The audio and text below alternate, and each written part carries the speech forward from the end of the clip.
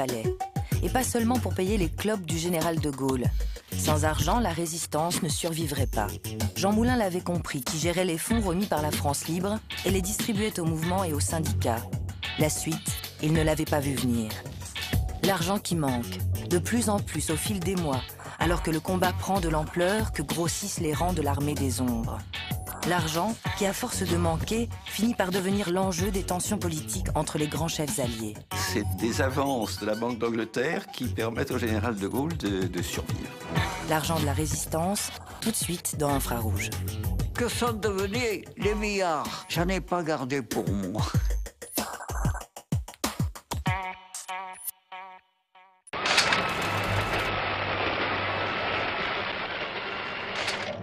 Juillet 1944.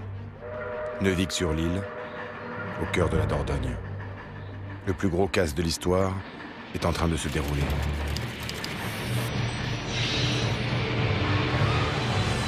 Un train est arrêté par 150 hommes armés.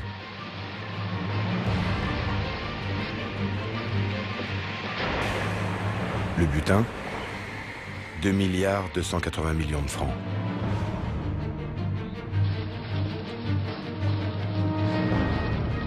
Qui sont les hommes qui prennent d'assaut ce convoi?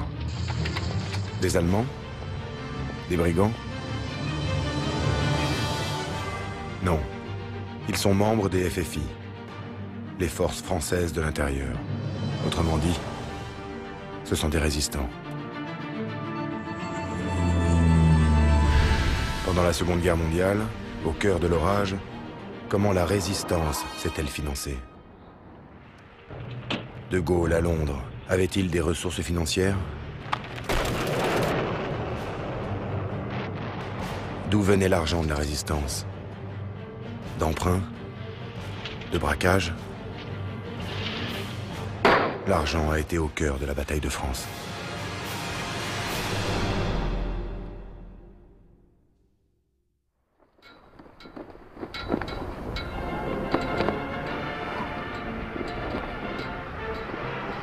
La guerre, c'est avant tout une histoire d'argent. Quand les soldats allemands investissent la capitale française en juin 1940, ils ne se contentent pas de faire claquer leurs bottes ferrées sur le pavé parisien. Ils vont surtout s'accaparer toutes les richesses du pays. L'argent revient aux vainqueurs.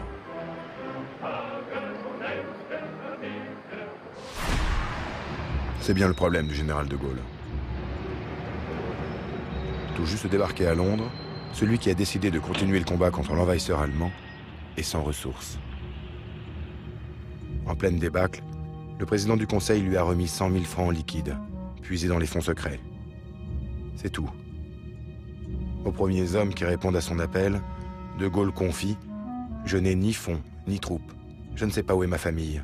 Nous commençons à zéro. » De Gaulle est seul, ou presque. Puisque vous êtes tout seul, je vous reconnais tout seul, lui lance Winston Churchill, le Premier ministre britannique. Le soutien du vieux lion apporte à De Gaulle l'inconnu une reconnaissance politique indispensable. Mais il ne remplit pas les caisses. Jean-Louis Crémieux-Briac est un des jeunes Français qui a rejoint Londres. De Gaulle, dès qu'il est reconnu par Churchill comme chef des Français libres, s'installe pour 3 semaines provisoirement sur les quais de la Tamise, dans un immeuble St. Stephen's House. Et il recrute très rapidement un homme qui a une expérience de la banque, qui s'appelle Pierre Denis, alias Roson de la France libre, qui sera pendant 3 ans le financier de la France libre. Et donc, Pierre Denis prend en compte la caisse. Et certains jours, cette caisse est si misérable qu'un soir, il reste seulement 14 shillings. Et Denis doit ajouter 10 shillings de sa poche pour payer des télégrammes que le général de Gaulle veut envoyer à l'étranger. Pierre Denis contrôle tout. Les frais sont nombreux. De Gaulle se veut le chef d'un État en exil. Il faut tout inventer. Et cela coûte cher. Il faut acheter des enveloppes, des timbres, mais aussi des tampons des différentes échelles du secret que l'on teste au dos du reçu. Tous les justificatifs sont scrupuleusement conservés, vérifiés, pointés. Télégramme, salaire du chauffeur, pourboire. Mais aussi cette facture de 353 livres pour une couronne de fleurs lors des cérémonies du 11 novembre 1940 au nom des combattants de la France libre occupée. signé René Cassin.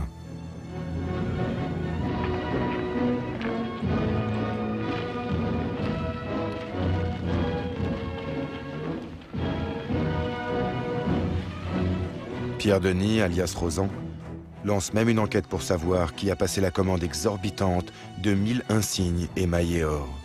Il est obligé d'emprunter pour régler la facture. Les fonds manquent. Les moyens sont dérisoires et c'est seulement courant juillet que, de façon empirique, le gouvernement anglais donne instruction à la Banque d'Angleterre d'aligner 500 livres sterling sur le compte du général de Gaulle. Et à plusieurs reprises, en juillet et en août, c'est donc des avances de la Banque d'Angleterre qui permettent au général de Gaulle de survivre. Grâce à ces premiers versements, de Gaulle peut faire des cadeaux diplomatiques. Comme ces cigares, certainement pour Churchill. Ou ce bouquet de fleurs, pour sa femme. Et puis le général a des frais. Il fume cigarette sur cigarette.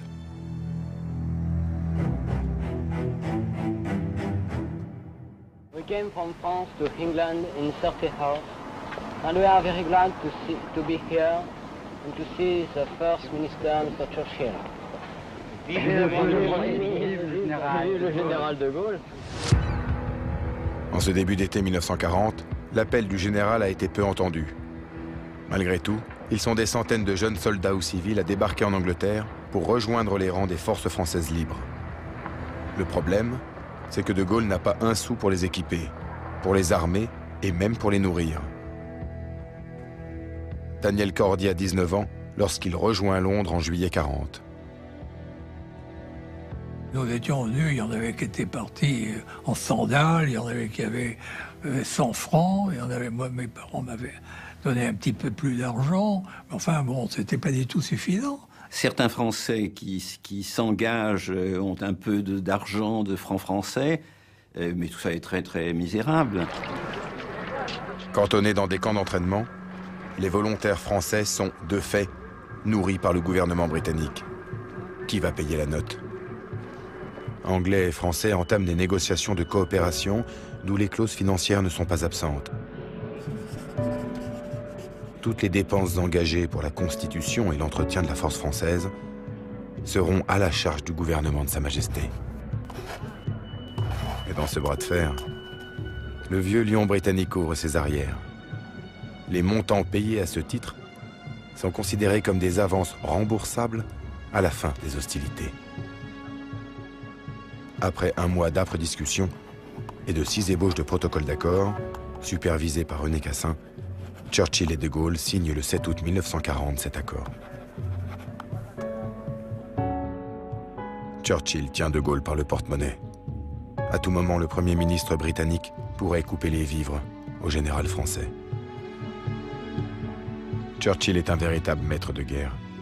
Il crée lui-même le SOI, le Special Operation Executive, une force spéciale que Robert Maloubier, un jeune Français, intègre dès son arrivée en Angleterre. Jusque-là, la France n'avait absolument aucune ressource, pas plus que la Tchécoslovaquie, la Pologne, la Yougoslavie, qui vous voulez. On dépendait intégralement d'un bailleur de fonds, d'un bailleur d'armes, d'un bailleur d'entraînement. C'était l'Empire britannique et Churchill.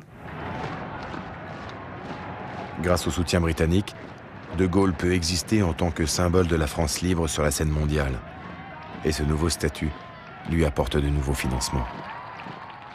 Le financement de la France libre a été pour partie assuré par des dons, des amis de la France consternés par l'effondrement de la France, par ce qu'on appelait la chute de la France, sont venus apporter au quartier général des bijoux, par exemple. Un Syrien est venu apporter un diamant qu'il estimait à 100 000 francs. Du monde entier, la diaspora française, mais aussi les amis de la France, envoient des dons de toutes sortes et de tout montant pour soutenir ce général qui ose continuer le combat pour libérer la France.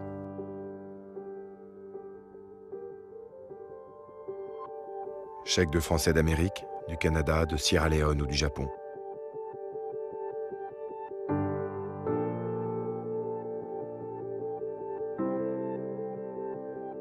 Dons pour une ambulance de la Croix-Rouge, aux couleurs françaises. don de 2 livres qu'une veuve fait parvenir. Une Française offre 1 louis et une alliance en or. À Shanghai, une collecte est organisée. Les patriotes sont d'une grande diversité. Un Chinois pour abattre le Boche.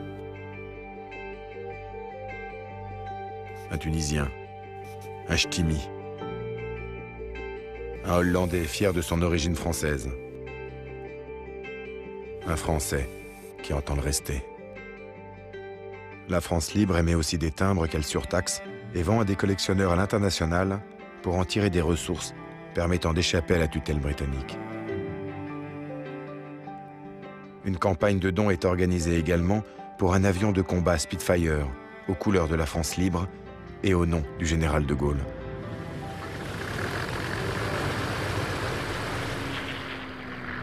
Même les soldes des jeunes volontaires sont mis à contribution.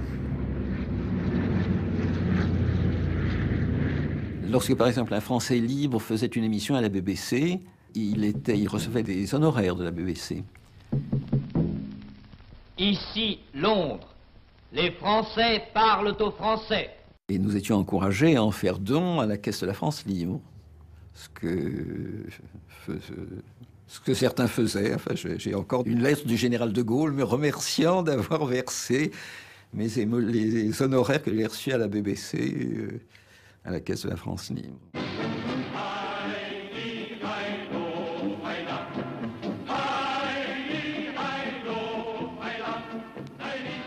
De l'autre côté de la Manche, en France, les Allemands sont chez eux et profitent des plaisirs de la capitale.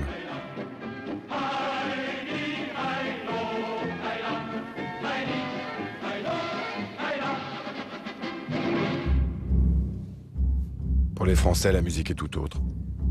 Exode, carte de rationnement, pénurie, la France est étranglée. Et déjà, durant ces premiers mois, malgré les privations, certains Français vont trouver le moyen de refuser l'occupation. Marcel Larocque est l'un de ces résistants de la première heure. On a commencé la résistance sur la place Gambetta à Paris. Il y a un café et tous les soirs, avec 4-5 camarades, on se réunissait et on fabriquait des prospectus qu'on allait déposer dans les boîtes aux lettres. Ce sont d'abord de simples tracts, puis viennent les journaux, imprimés clandestinement. Les premiers mouvements de résistance se forment. Les plus connus, Combat franc-tireur, Libération Sud qui imprime son numéro 1 en juillet 41 et dont le titre est dessiné à la main par un de ses cadres, Raymond Aubrac. Le peu d'argent dont disposent les résistants passe dans le papier, les ronéos, l'encre, les filières de distribution. Résultat, au bout de quelques mois, ces héros anonymes ont souvent des trous aux chaussures et des crampes au ventre.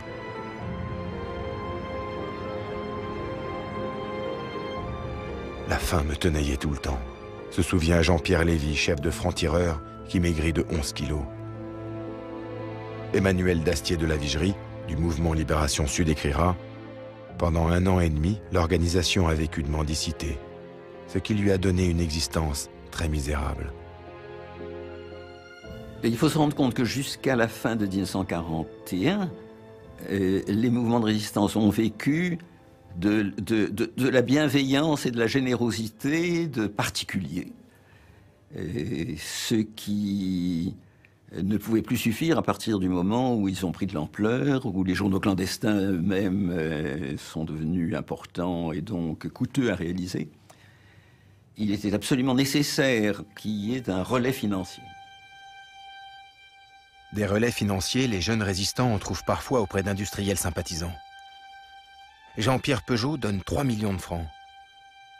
Le journal, Défense de la France, reçoit un don de 100 000 francs de Marcel Lebon, patron de la compagnie du gaz et électricité. Mais les mécènes sont peu nombreux. Et résister coûte de plus en plus cher. On a besoin de faux papiers, de voitures, de planques. Les rangs des mouvements s'étoffent. Il faut toujours plus. À peine née, la résistance est en danger. Elle doit trouver un soutien au plus vite, sous peine de disparaître sous les coups de la répression nazie. Peu de résistants connaissent alors l'existence de l'homme du 18 juin. À Londres, De Gaulle n'est pas mieux informé. Il ignore encore tout de cette résistance naissante. Au début de l'automne 1941, se produit une rencontre qui va bouleverser le destin de De Gaulle et l'avenir de la France. Le 24 octobre, le général reçoit un préfet révoqué par Vichy qui vient de rejoindre Londres, Jean Moulin. Le jeune fonctionnaire connaît les mouvements de résistance et leur détresse. Il appelle De Gaulle au secours. Les mouvements ont atteint aujourd'hui le palier maximum avec les moyens dont ils disposent. Sans un soutien moral, militaire et financier, la résistance naissante risque de s'effondrer. Quand Jean Moulin est arrivé, il est arrivé au moment où la résistance pouvait s'éteindre, ça pouvait disparaître. De Gaulle comprend tout de suite que s'il veut incarner la France en guerre, il doit avoir cette résistance intérieure derrière lui. Première urgence, la sauver de l'asphyxie financière. Un mois après sa première rencontre avec Jean Moulin, De Gaulle fait parachuter un premier émissaire en France avec 100 000 francs. Grâce à lui, les équipes de Libération Sud et francs-tireurs poursuivent leurs impressions clandestines.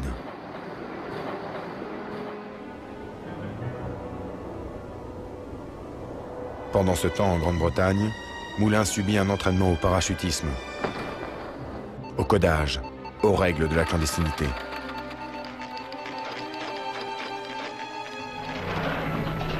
Puis, dans la nuit du 1er au 2 janvier 1942, il traverse la Manche à bord d'un bimoteur.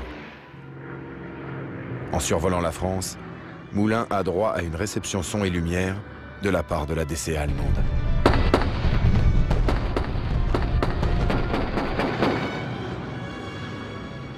Le pilote a fait une erreur de quelques secondes. Moulin est parachuté en Provence, à 15 km du point prévu.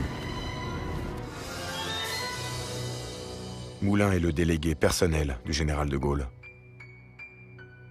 Sa mission, unifier cette résistance disparate, la ranimer et la rallier à la France libre, dirigée par le général de Gaulle. Il va essayer de rallier les mouvements qui se sont constitués en France non occupée à ce moment-là, non seulement par sa force de conviction et par l'autorité que lui donne De Gaulle, mais aussi par le fait qu'il les finance. Jean Moulin rencontre successivement les chefs des principaux mouvements de zone sud. Henri Freinet de Combat, Emmanuel Dastier de Libération Sud, Jean-Pierre Lévy de Francs-Tireurs. Il va leur faire une proposition qu'ils vont avoir du mal à refuser. L'émissaire de De Gaulle a atterri avec 1,5 million de francs. Une manne pour les mouvements. Pour agir, il faut de l'argent. Emmanuel Dastier et Jean-Pierre Lévy acceptent l'argent de Moulin et tacitement la tutelle gaulliste. Les cadres du mouvement Combat hésitent. Chevance-Bertin écrit « La grande question, c'était de savoir si nous allions devenir gaullistes. C'est-à-dire si nous allions accepter les moyens financiers, les moyens de liaison, les directives. Si on voulait faire quelque chose d'important, il fallait accepter de se rattacher à Londres. » Finalement, Henri Freinet accepte et reçoit pour Combat immédiatement 250 000 francs. Et cette dépendance financière nourrit des frustrations. Freinet se sent floué. Il est à la tête du plus grand mouvement de résistance de zone sud. Officier d'active, organisateur né, meneur d'hommes, il ne supporte pas les ordres de Londres et la tutelle de Moulin. De plus, il est mis à l'écart de la direction d'une armée secrète en devenir qu'il a lui-même initiée. Pour le moment, il ne dit mot. Moulin, alias Rex, soutient financièrement également des syndicats clandestins. En novembre 1942, il rend compte dans un télégramme de ces négociations. Et profiter grève et résistance ouvrière pour négocier avec ex-CGT et promis mensualité 200 000 francs sous réserve primo de reconnaissance, général de Gaulle. En un mot, que l'on soit mouvement ou syndicat, pour être soutenu, il faut être gaulliste ou en voie de l'être. Grâce aux moyens que Moulin met à leur disposition, les mouvements développent leurs actions, rétribuent leurs agents permanents, se structurent. De la propagande, ils passent au sabotage et aux attentats.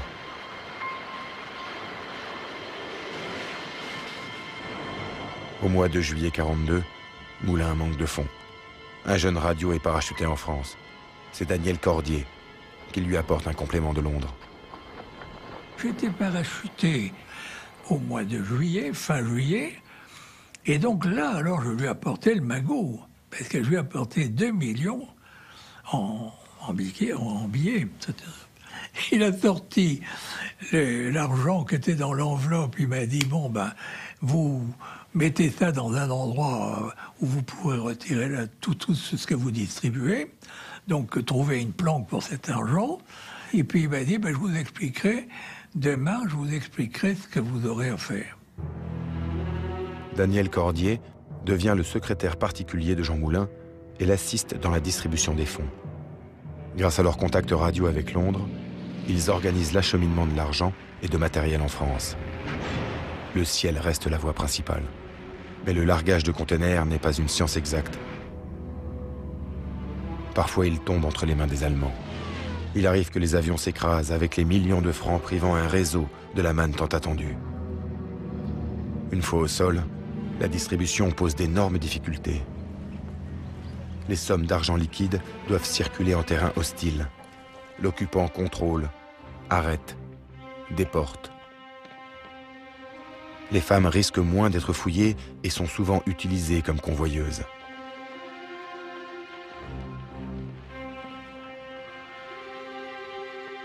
La résistante Émilienne Moreau, déjà décorée de la Croix de guerre en 17, simule une grossesse pour transporter les billets de banque.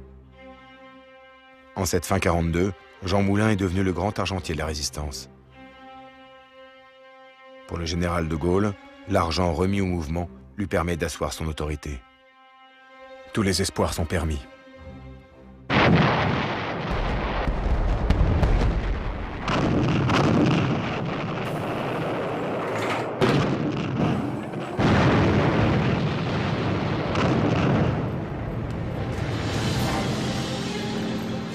Le 8 novembre 1942, les Alliés débarquent en Afrique du Nord, en terre française.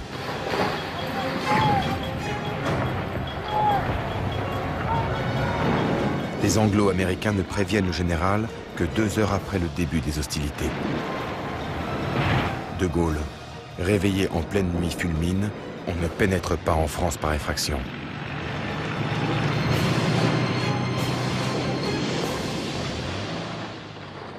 Fureur de Gaulle qui aurait dit « J'espère bien que les Français d'Afrique du Nord vont les foutre à la mer ». Les Alliés s'installent en Afrique du Nord. Les Boches et leurs collaborateurs ont droit à une surprenante aide d'honneur.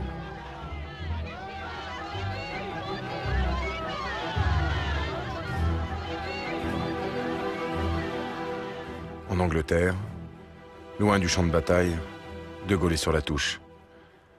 Il apparaît parfois aux actualités aux côtés de sa femme, comme un simple figurant, isolé et affaibli. Ce débarquement a révélé publiquement son plus grand problème, celui de sa légitimité face aux anglo-saxons. Alors De Gaulle réagit. 3 jours après le débarquement allié, il réunit les forces françaises libres au Royal Albert Hall pour les cérémonies du 11 novembre 1942. Le général sait qu'il a besoin de la reconnaissance des mouvements de résistance plus que jamais. Il n'oublie pas de leur rendre hommage. Nous savons bien quel développement énorme ont pris en France même nos vaillantes phalanges de combat, d'action, et qui s'appellent combat, libération, franc-tireur, avant-garde. Nous connaissons le nombre immense des Français et des Françaises qui nous attendent avec ferveur. De Gaulle compte sur les mouvements, car face à lui se dresse le plus puissant et le pire de ses alliés. Pour le président américain Franklin Roosevelt, De Gaulle est un aspirant dictateur et ne doit pas être le chef de la France libérée. Le candidat des Américains est un autre général. Capturé par les Allemands en 1940, il fut embastillé dans la forteresse de Königstein. Son nom, Henri Giraud. Image surprenante du général, en visite guidée par ses geôliers près de Dresde. Giraud est un héros. Il a mis au point une évasion spectaculaire et rejoint la France puis l'Afrique du Nord. Adoubé par les Américains, il devient le commandant en chef civil et militaire des territoires d'Afrique libérés. En janvier 1943, en marge de la conférence de Casablanca, Churchill et Roosevelt veulent convaincre De Gaulle d'accepter une alliance avec Giraud. Mais les deux généraux français se détestent. Pour faire plaisir à Roosevelt, De Gaulle accepte bon gré mal gré la photo de famille. That's an historic moment. You want to do it again? Yes, if you please. Most of the men missed it, I believe. All right. Encore.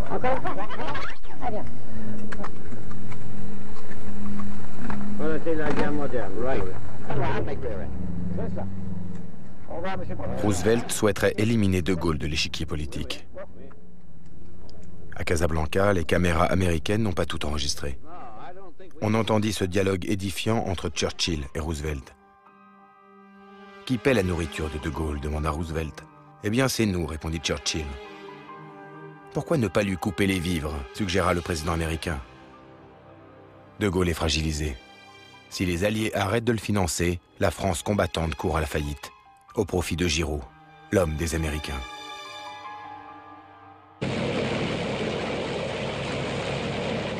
Un mois plus tard, en février 1943, Jean Moulin quitte la France pour rejoindre l'Angleterre.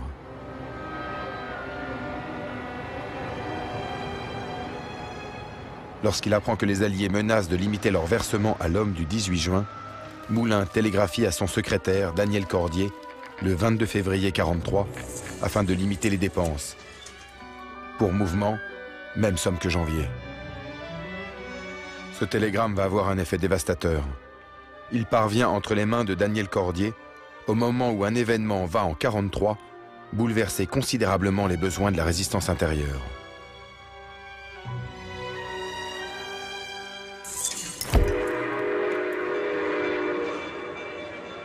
En février 1943, les Allemands, embourbés sur le front russe, imposent à Vichy le STO, le service du travail obligatoire. Tous les jeunes Français nés entre 1920 et 1922 doivent partir travailler en Allemagne et participer de force à l'effort de guerre allemand. La majorité des jeunes concernés n'acceptent pas cette déportation du travail, à peine déguisée. Ils se sont enfuis dans la nuit pour ne pas aller en Allemagne, quittant leurs parents, leurs amis, se cachant dans la montagne. Et pour mieux servir le pays, ils ont pris le maquis. Marcel Larocque a rejoint un maquis en Dordogne. C'est à ce moment-là qu'on a formé les grands maquis. Et oui, parce qu'ils ne voulaient pas partir en Allemagne. C'est une époque où vous avez des dizaines de milliers de garçons qui sont partis avec des chaussures de ville, sans manteau, sans rien, dans les montagnes. Il faut les nourrir, il faut les habiller. Il faut essayer de les recruter pour la résistance, parce que ce ne sont pas des résistants. Ce sont des gens qui ne veulent pas partir en Allemagne. C'est pas du tout la même chose. Ils seront bientôt 200 000 réfractaires à vivre dans la clandestinité, dont environ 50 000 gagneront les maquis. Conséquence, les besoins des mouvements de résistance explosent. Devant l'affluence des volontaires, les chefs de mouvement lancent un appel pressant à Londres. Henri Freinet alias Neff écrit « Pouvons largement développer cet exode et créer groupe franc-tireur pour action immédiate. Demandons 2 millions mensuels et envoi massif armement. Réponse urgente. » Mais problème. À Londres, Moulin, alias Mercier, n'a pas encore saisi l'urgence de la situation. Jean Moulin, qui était à Londres, était absolument... Et il ne comprenait pas les télégrammes que les chefs, que Dastier et que Freinet envoyaient à Londres, parce que c'était des télégrammes de menaces. Envoyez-nous tout de suite 1 million, 2 millions, 3 millions. Non, Jean Moulin était très content, parce qu'il dit avec Cordier, je suis tranquille, il ne donnera pas un sou. Quand Henri Freinet et Emmanuel Dastier rencontrent Daniel Cordier pour obtenir des fonds supplémentaires, le jeune secrétaire obéit aux ordres de son patron et rétorque que les budgets n'augmenteront pas. Entre Cordier et les chefs de mouvement, la crise est terrible.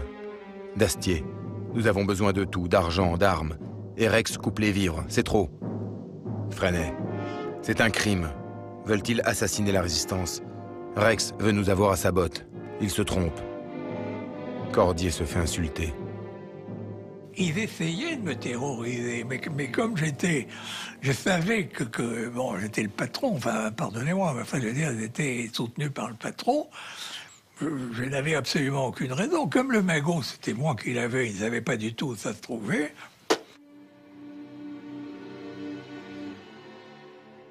Et j'ai commencé, le 2 mars, à envoyer les télégrammes à Moulin en disant « Mais il faut absolument donner de l'argent à ces gens. » Et tout d'un coup, ils ont compris. Le 11 mars 1943, Moulin autorise Cordier à distribuer à Dastier et Freinet 1 million de francs chacun pour les réfractaires.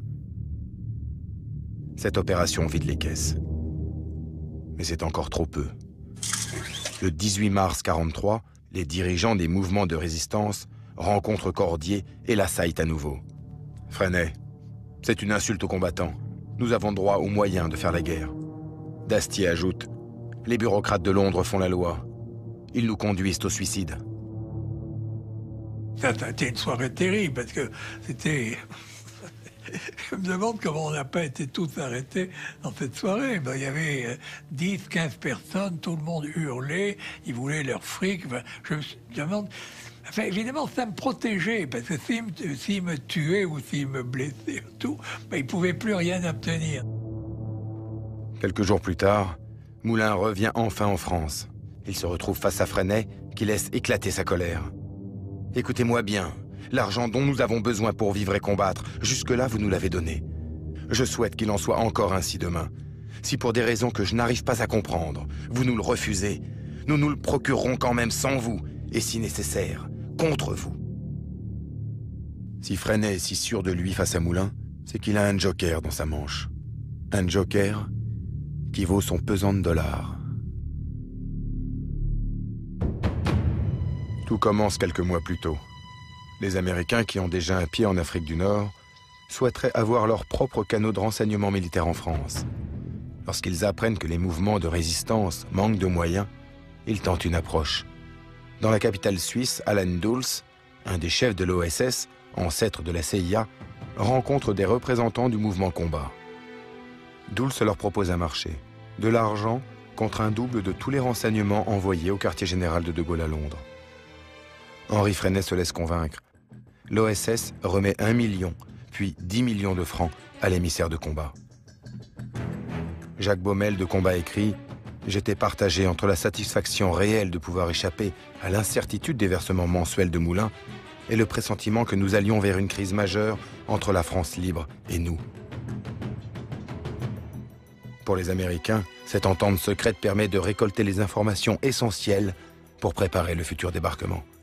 C'est probablement aussi l'occasion d'affaiblir De Gaulle terriblement. D'abord en entamant son monopole, déjà écorné par les agents de Churchill, sur les renseignements en provenance de la France occupée, mais également en détournant une partie de la résistance de la tutelle gaulliste. Si Allen Dulles y parvient, c'en est fini de l'homme du 18 juin. L'union tant recherchée par Moulin, tout risque de s'effondrer. De Gaulle se retrouvera seul. Une victoire pour Roosevelt et son protégé. L'offre américaine donne à Combat une bouffée d'oxygène. Pour Henri Freinet, c'est peut-être une revanche personnelle, après ce qu'il a pu ressentir comme des humiliations. Pendant plusieurs semaines, Combat fournit des renseignements au service secret américain, sans aucun incident. Ni Moulin, ni De Gaulle ne sont au courant. Mais progressivement, des informateurs de la France libre les avertissent du double jeu. Moulin explose. Moulin d'abord, puis De Gaulle lui-même ont jugé que ça avait été une trahison. Et il est vrai que le monopole des informations militaires que la France libre apportait aux Anglais et aux Américains était un élément capital pour De Gaulle, qui le valorisait aux yeux des Anglais et qui renforçait son crédit et son autorité vis-à-vis des Anglais, qu'il rendait en quelque sorte, pensait-il, indispensable. Moulin réagit aussitôt. Au cours d'une réunion clandestine, le 28 avril 1943, il apostrophe Freinet. « Vous n'êtes pas libre de prendre contact avec les Américains sans me prévenir et de leur demander de l'argent, à Dieu sait quelles conditions. C'est un véritable coup de poignard dans le dos que vous donnez à De Gaulle. » Freinet fulmine. « Je vous interdis de dire cela. En réduisant nos budgets, vous avez voulu nous étrangler, comme vous avez étranglé les maquis qui vous appelaient à l'aide. Votre seule réponse à nos difficultés, c'est de réduire notre financement. » Moulin, ulcéré. « Prenez-vous De Gaulle pour une vache à lait ?» Je comprenais très très bien la position des résistants. Ils avaient besoin de l'argent. Londres, enfin nous disions Londres, ne leur donnait pas, ben, les résistants allaient en chercher. C'était... Bon, j'avais rien à dire, mais enfin, ça me paraissait évident. Parce que si on voulait les garder, il fallait leur donner de l'argent. Jean Moulin n'a plus le choix. Il écrit d'urgence à De Gaulle.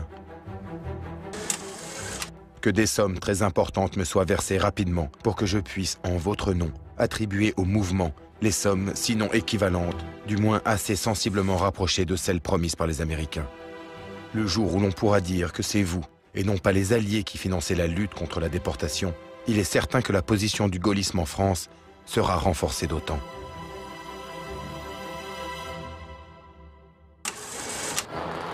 En 1942-43, l'argent est au centre de tous les rapports de force. De Gaulle finance la résistance intérieure pour mieux la contrôler. Les services secrets de Roosevelt rétribuent certains mouvements de résistance français pour le court-circuiter et le déstabiliser. Le chef du mouvement combat, Henri Freinet, accepte l'argent américain pour préserver son autonomie face à De Gaulle. Tandis que Churchill, influencé par Roosevelt, réfléchit également à la manière dont il pourrait couper les crédits de la France libre. Tout au long de la guerre, l'argent est utilisé comme une arme politique. C'est un enjeu de pouvoir autant qu'un enjeu de survie.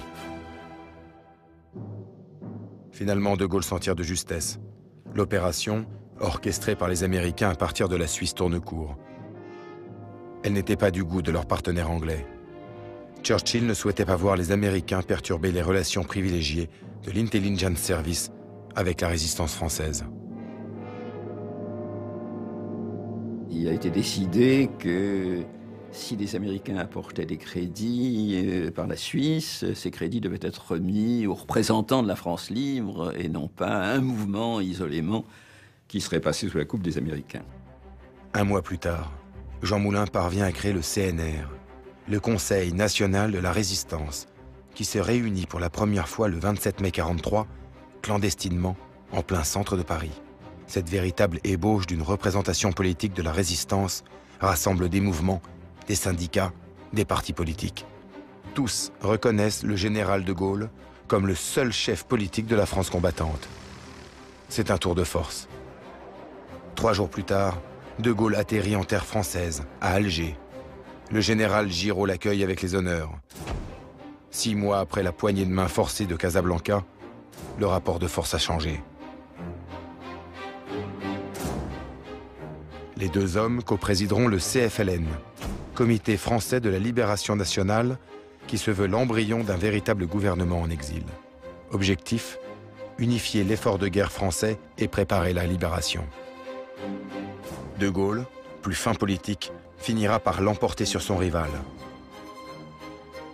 Mais il n'a pas le temps de savourer cette conquête. La guerre continue. Le général va encaisser 2 terribles chocs. Son plus fidèle compagnon, Jean Moulin, l'homme qui a unifié la résistance, est arrêté et torturé par la Gestapo en juin 1943. Il mourra des suites des sévices endurés.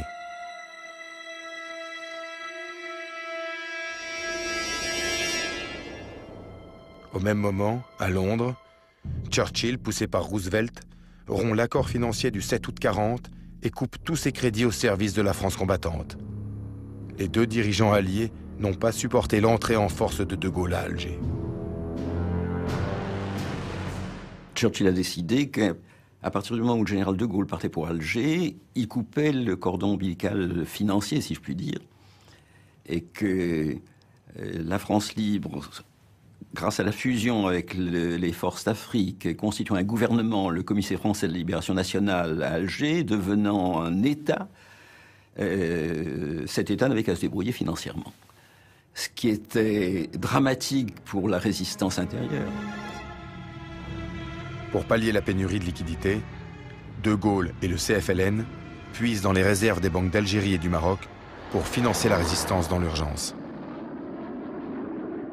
Je me souviens du retour d'André-Philippe d'Alger, revenu précipitamment en avion avec une valise contenant 60 millions pour qu'on puisse les parachuter à la résistance et assurer le financement de la résistance pour le mois d'août 1943. Hiver 43. Même le ciel devient cruel. Durant 3 mois, le mauvais temps empêche tout parachutage allié vers la France. Des tonnes de matériel et plus de 77 millions de francs destinés aux résistants sont bloqués sur les aérodromes anglais. Sur place, en France, on brûle les dernières réserves. Chacun sait que dans le maquis, il est impossible de combattre sans armes et le ventre creux. Les maquisards dépensent leurs dernières économies et en sont réduits à mendier. Roger Ranoux combat alors dans un maquis de Corrèze. Pour manger, nous allions chez les gens demander s'ils pouvaient nous donner du pain, s'ils pouvaient nous donner ce qui était nécessaire. Il fallait de la viande, par exemple. On réquisitionnait des bêtes chez les gens. Vous avez 3 cochons, il faut en donner un. Vous avez 2 moutons, il faut en donner un, etc. J'ai une admiration, et je garde ce souvenir, pour ces paysans, cette paysannerie de Corrèze, relativement pauvres, c'était surtout les agriculteurs, et qui nous ont aidés, qui ont été merveilleux en ce qui concerne la résistance.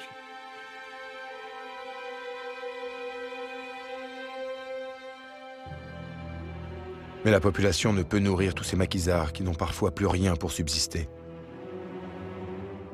Jacques Bingen, officier des services secrets gaullistes, se porte volontaire pour prendre la succession de Jean Moulin. Dès son arrivée en France, il tire la sonnette d'alarme. En janvier 1944, il envoie plusieurs télégrammes. Il n'y a pas d'argent pour le mois. L'état des fonds est effroyable. Les maquis devront rançonner la population et tous les militants sont scandalisés. La faim va transformer patriotes traqués en loups. Dans une ultime tentative pour convaincre les Britanniques d'expédier armes et argent, Bingen décide de réaliser un film sur la vie du maquis. Ici la France. La voix de Maurice Schumann, alors vedette à la BBC, accompagne le montage. Le film parvient à Londres en février 1944. Les scènes que nous voyons ont été tournées par les jeunes gens du maquis, en plein cœur du royaume de la Gestapo. Mais regardons bien l'uniforme de leur garde à vous, des culottes rapiécées et trouées, des chaussettes trop minces, des souliers sans graisse, au cuir brûlé et prêts à se fendre. C'est avec ça qu'ils courent, qu'ils manœuvrent et qu'ils luttent.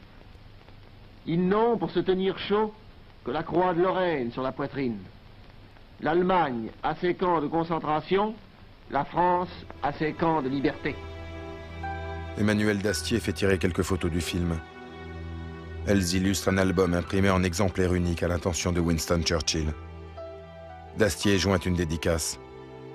À Monsieur Winston Churchill, ces images du combat sur le sol de France. Ceux qui nous les ont envoyées vous sauront gré d'avoir entendu leur appel aux armes. Mais ces supplications ardentes n'accélèrent toujours pas les livraisons d'armes ni de vivres. Tous les chefs de la résistance appellent à l'aide. Il faut trouver une solution pour avoir des liquidités.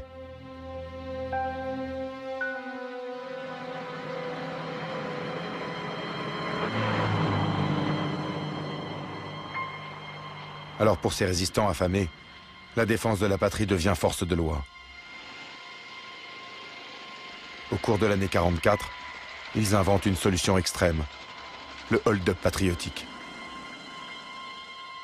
Nous avons vite pris le chemin des banques. On ne s'était pas gêné, on allait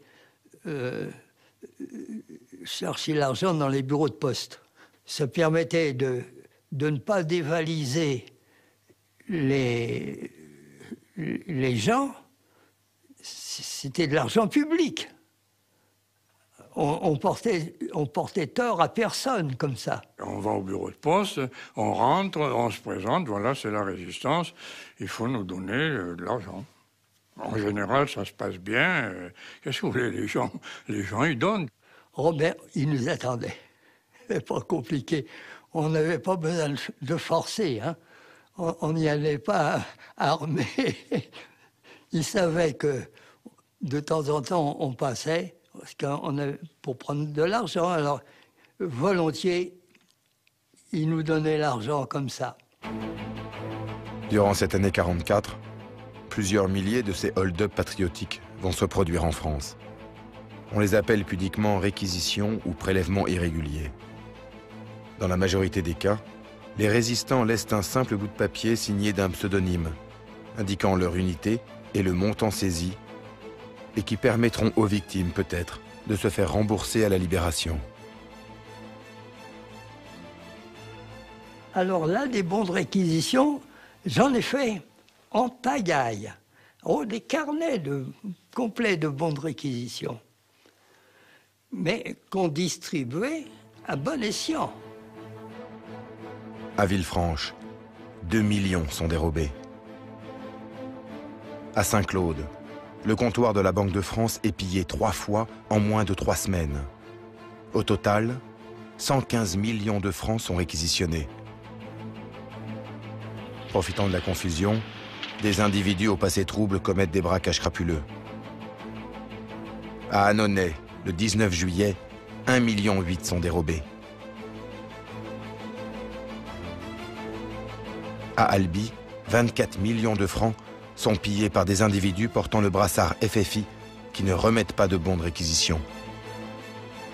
Le 9 février 1944, en gare de Clermont-Ferrand, 1 milliard de francs est volé. Quelquefois, ces faux maquisards font des victimes. Le 19 mai 1944, la receveuse des postes de Mialet en Dordogne, Françoise Laroche, est tuée par ses agresseurs. Pour tous les vrais résistants, ces usurpateurs sont des criminels qui salissent l'honneur de la résistance. L'immense majorité des combattants agit sans aucune violence et sans appât du gain. Ce n'était pas des vols pour nous, c'était des réquisitions, parce que chaque fois que nous avons pris chez quelqu'un, nous avons fait un bon de réquisition, je le répète, et ces bons de réquisition ont été honorés à la libération. De Gaulle et son état-major s'accommodent de ce mode d'autofinancement de la résistance.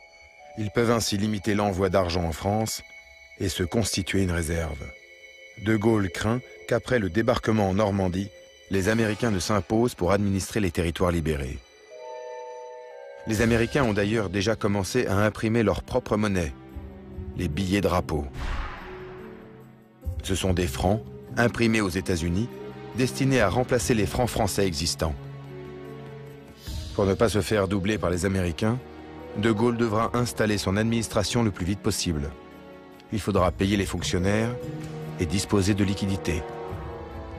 La bataille de l'argent continue.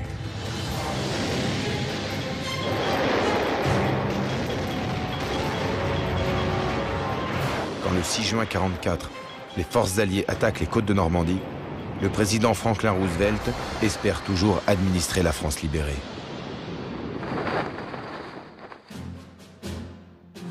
Mais 8 jours plus tard, De Gaulle met le pied sur le sol de France après 4 ans d'exil. Il se rend à Bayeux, où il est accueilli triomphalement. Roosevelt comprend alors que De Gaulle a le soutien du peuple de France. Il va reconnaître de facto les nouvelles autorités françaises. L'administration de la France par les Américains ne verra pas le jour. De Gaulle a gagné la partie. L'argent expédié de Londres que Moulin a injecté dans la résistance et les syndicats, les fonds récupérés par De Gaulle dans les banques des territoires libérés, l'autofinancement sur place par les réquisitions. Le nerf de la guerre n'a pas été absent du combat pour la libération nationale. Il a été pour De Gaulle un moyen nécessaire pour asseoir sa légitimité et celle des forces résistantes.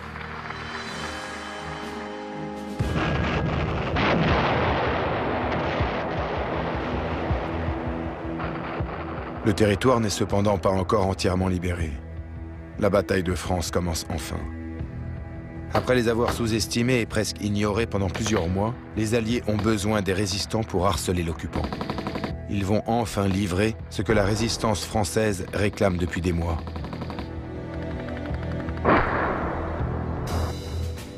Dans les banlieues de Londres, d'immenses chaînes de montage fabriquent des obus d'un genre particulier. Dans chacun d'eux, l'Intelligence Service, mais aussi les services secrets français, dirigés par le colonel Passy, préparent les denrées tant attendues. Armes, explosifs, pharmacie, argent. Le ciel s'ouvre. 80% des parachutages se feront après le débarquement.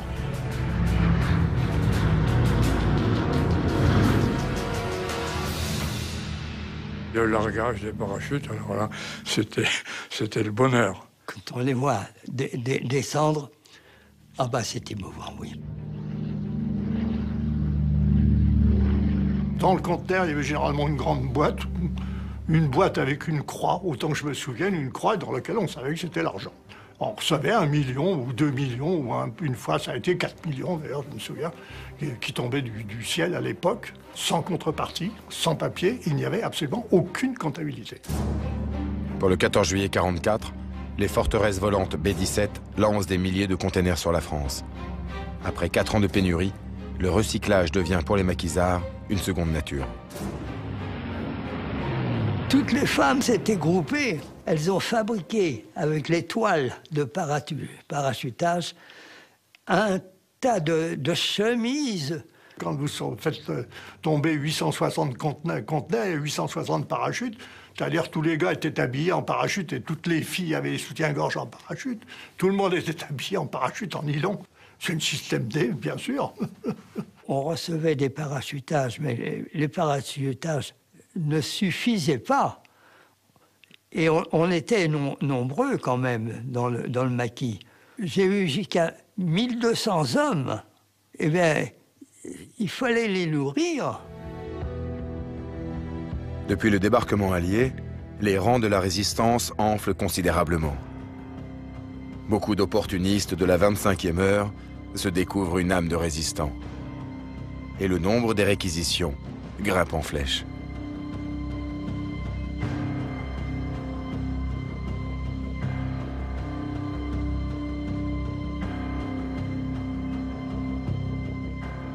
C'est dans ces jours de fièvre de l'été 44 que le plus gros casse de l'histoire va se dérouler.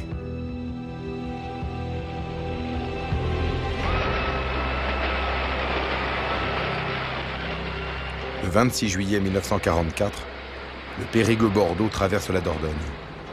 Dans l'un de ses wagons, une somme colossale destinée à la succursale de la Banque de France de Bordeaux.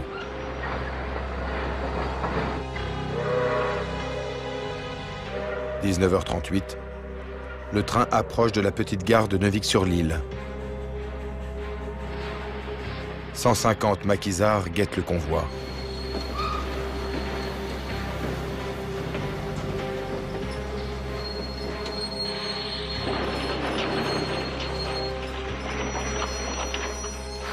Les hommes le prennent d'assaut. Ils repèrent le wagon de la Banque de France et font ouvrir les portes. Gilbert Duchose, employé de la SNCF et membre des FFI, est là. Les milliards étaient gardés par 5 ou 6 policiers de Périgueux. Dès qu'on leur a dit haut les mains, ils ont levé les mains plus haut que le plafond parce qu'ils étaient pour nous. Alors, le capitaine Roland leur a pris le revolver et il a tiré plusieurs balles dans la paroi du wagon.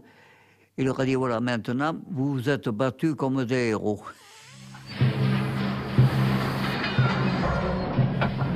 Le wagon contenant le magot est alors détaché du convoi et détourné vers une voie de garage.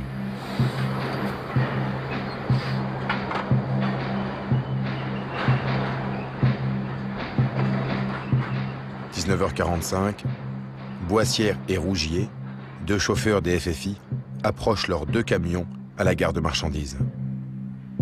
Les hommes du groupe Franc-Rolland transvasent la cargaison. Il y a 5 tonnes de billets de banque.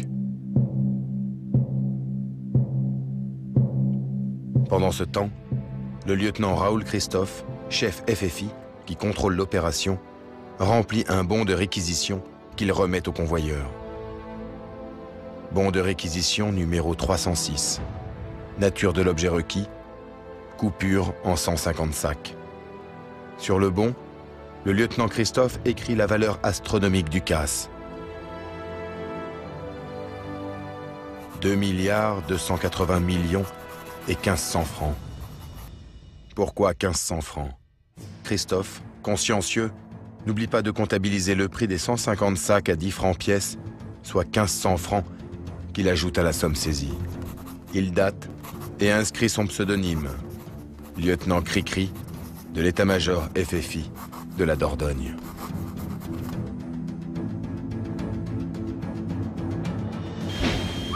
« 20h15. Fin du transbordement. Le train récupère son wagon et reprend sa route. Il pèse 5 tonnes de moins. » Et ils sont partis, les deux camions chargés, à bloc, des sacs de jute de la Banque de France. Ils ont pris un virage à toute vitesse à la barrière de Neuvic. Ils ont tombé 2 sacs. Et moi, j'étais là, je leur ai crié, mais vous avez tombé 2 sacs, les gars.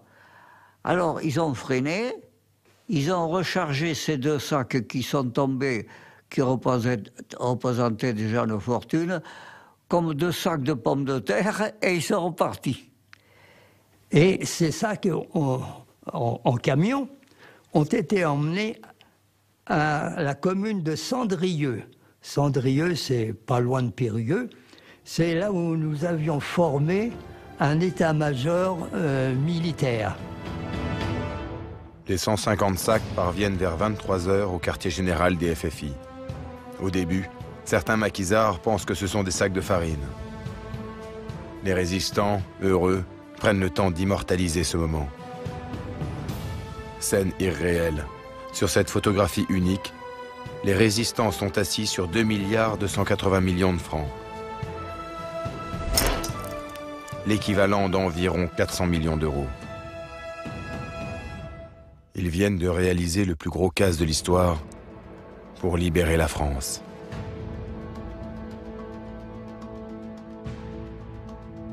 Le préfet du maquis, Maxime Roux, se charge de la répartition.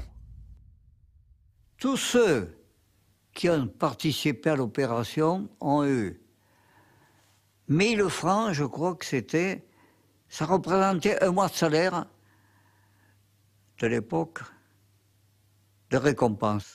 On était tous éblouis, bien sûr, mais il a eu la sagesse, on peut dire, de dire il faut planquer ces sacs.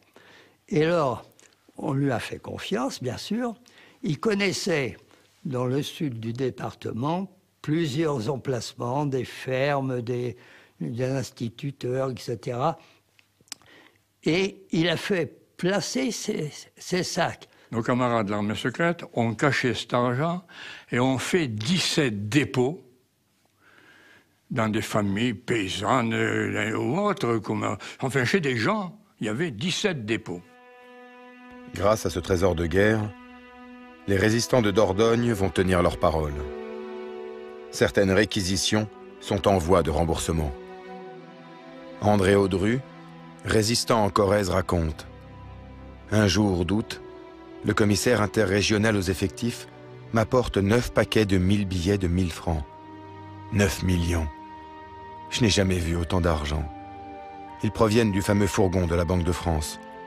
Je procède à une première répartition avec consigne précise. Honorer les fameux bons de réquisition que depuis des mois nos maquisards remettent aux paysans en paiement du bétail et autres fournitures alimentaires.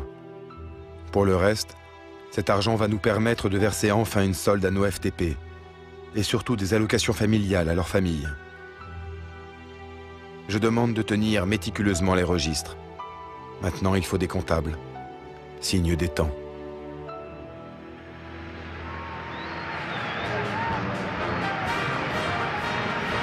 Un mois plus tard, à la fin du mois d'août 1944, Paris est libéré.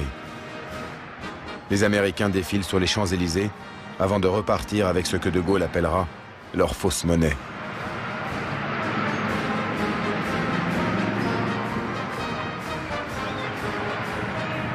La joie est éphémère. Libération rime avec épuration, règlement de compte, puis le règlement des comptes. Le pays est exsangue. Le plus gros casse de la guerre a été commis par l'occupant.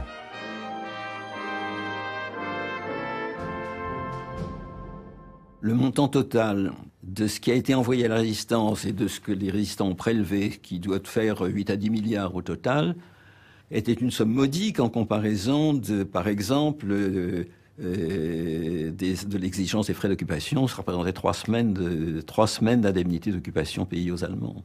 C'était relativement peu de choses. Et Mendes France disait que le financement de la France libre avait coûté moins cher que l'exposition internationale de 1937. Comme prévu dans les accords du 7 août 1940, les Britanniques sont remboursés des 6 milliards de francs qu'ils avaient avancés à la France libre. Mais les comptes de la résistance intérieure sont plus opaques. Il demeure des trous dans la caisse. Où sont passés les milliards? Alors qu'une partie des FFI intègre progressivement l'armée régulière, l'argent de la résistance focalise encore toutes les attentions. Le casse de Neuvic interpelle l'opinion. 2 milliards 280 millions de francs en 5 tonnes de billets de banque. Cela ne s'égare pas si facilement. Dès le mois d'octobre 1944, le nouveau ministre de l'Intérieur, Adrien Tixier, ordonne la restitution des sommes saisies au nom de la sauvegarde du prestige acquis par les organisations de résistance. Mais les restitutions ne sont guère nombreuses. La Banque de France ne porte même pas plainte. Elle a été intégralement remboursée par l'État.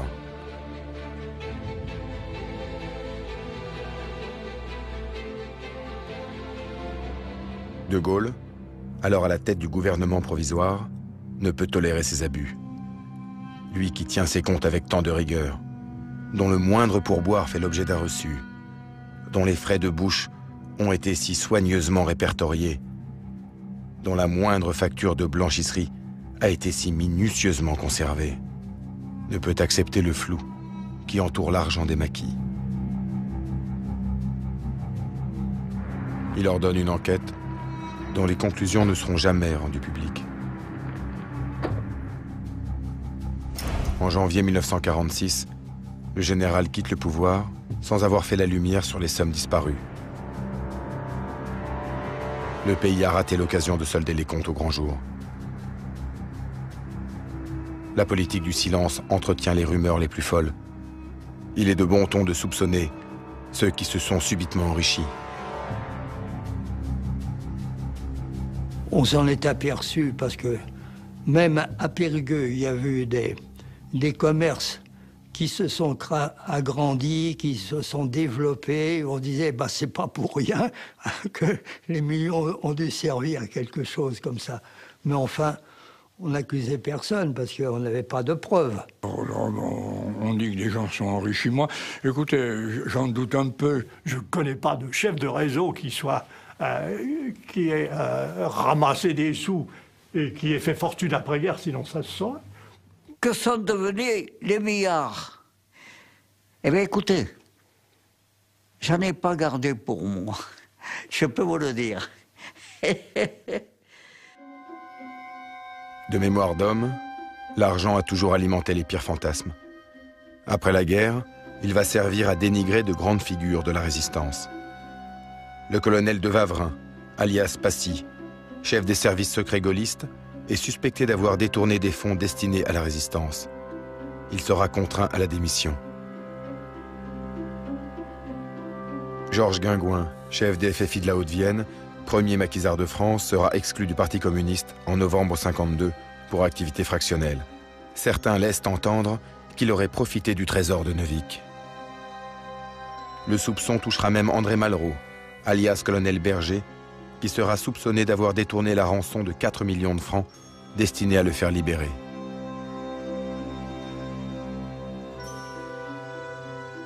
Mais au milieu de toutes ces victimes de règlement de compte, il y a parfois de vrais escrocs, comme André Crétois, dont le nom apparaît dans la ventilation du casse de Neuvic. Il se voit remettre la somme astronomique de 500 millions de francs. Il en détourne une portion pour son compte et sera jugé et condamné. Mais Crétois a eu le temps de remettre une partie de la somme au MLN, le Mouvement de Libération Nationale, une fédération de mouvements de résistance dont il est le trésorier. Alors que la guerre n'est pas encore terminée, les mouvements de résistance ambitionnent de se transformer en formation politique et de participer à la reconstruction. Une partie de l'argent détourné leur servira à tenter ce pari. Ce fut en quelque sorte un financement occulte des partis politiques avant l'heure.